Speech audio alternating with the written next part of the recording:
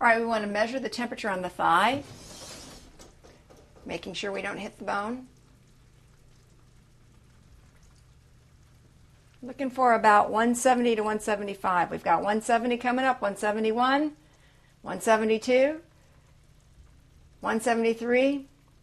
Goodness gracious, I'd say we're there. Put my little oven mitts on. So I'm going to set this down. I want to take this little tent off of here and put a larger tent on. Grabbing my aluminum foil. And loosely tent this because this needs to rest for at least 20 minutes before I cut it. Look at all those gorgeous apples and the beautiful shallots and the garlic. Oh, doesn't that look yummy? Ooh, and wait till you see the inside. Okay, let's just tent that up. Here we go.